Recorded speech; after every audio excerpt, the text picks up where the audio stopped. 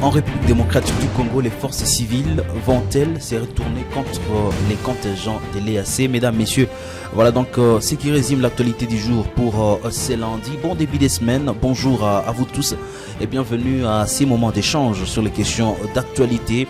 Nous allons commencer par la ville de Goma où un incendie fait 7 morts, tous membres d'une même famille. Après un communiqué de l'armée, la police, plutôt après un communiqué de la police parle d'un incendie criminel. Nous aurons également le temps de suivre et de parler de la question des bénis. Nous venons donc de l'apprendre. Un don de amplificateurs piégés, de bombes interceptées par les services de sécurité dans une église. Nous allons donc en parler dans l'actualité du jour. Messieurs, dames, vous êtes nouveaux. N'oubliez pas de vous abonner. Moi et vous, on va se retrouver dans la deuxième partie de cette vidéo.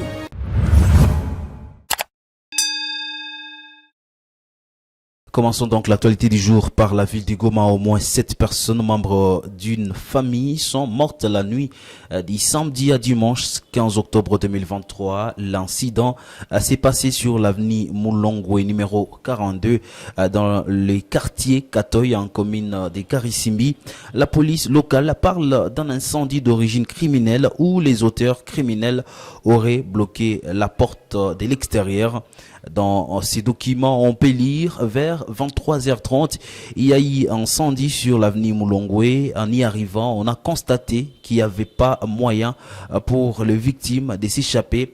Les jeunes sont venus pour maîtriser le feu afin qu'ils ne puissent pas s'étendre chez les voisins. On s'attendait à 6 corps, mais on a récupéré 7 ce matin, dont la cousine a déclaré le commissaire supérieur adjoint Guilain Siaoussoa, commandant du commissariat urbain de Karisimbi.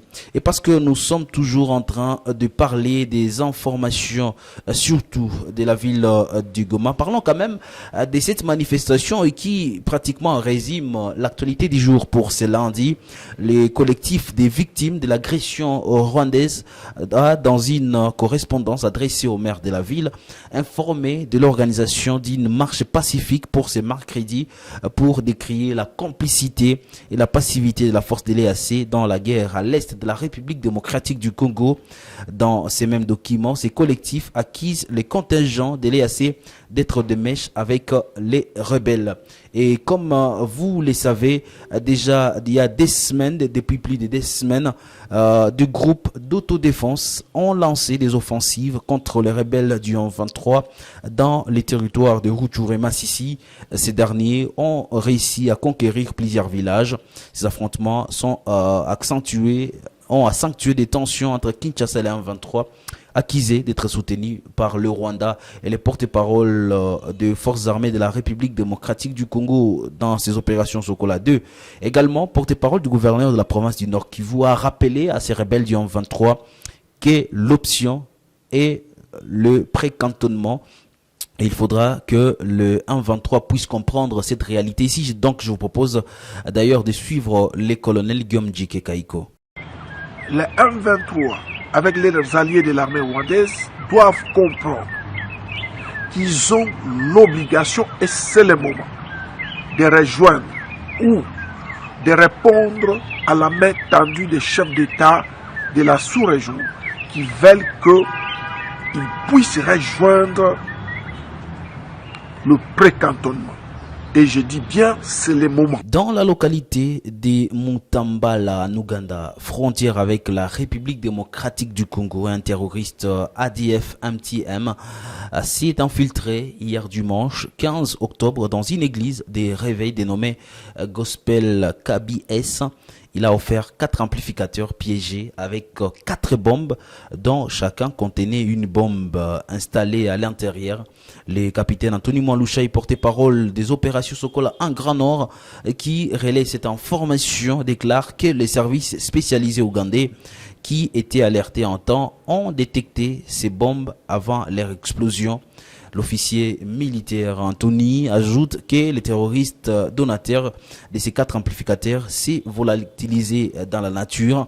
Selon les premières enquêtes, il serait réfugié dans la cité de Kassindi Lubiria, en territoire de Béni, à l'est de la République démocratique du Congo. Et puis on va parler avant de se rendre à Kinshasa ou parler d'autres réalités, surtout en République démocratique du Congo, revenir quand même sur ces communiqués du CESAC qui met en garde le média en ligne et des administrateurs de groupes WhatsApp sur la diffusion de messages précoces de la campagne électorale.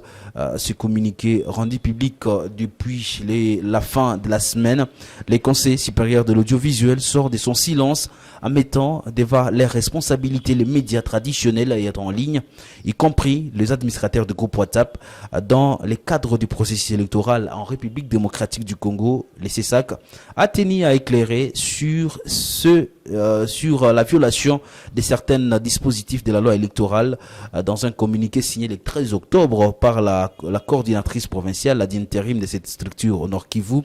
Celle-ci invite le média traditionnel et en ligne à s'abstenir à diffuser de messages à caractère promotionnel en rapport avec la campagne électorale. Pour finir, nous allons nous rendre à Kinshasa où il n'y a pas eu de bus Trans-Academia ce lundi, les agents réclamant ainsi au moins 5 mois d'arriérés des salaires.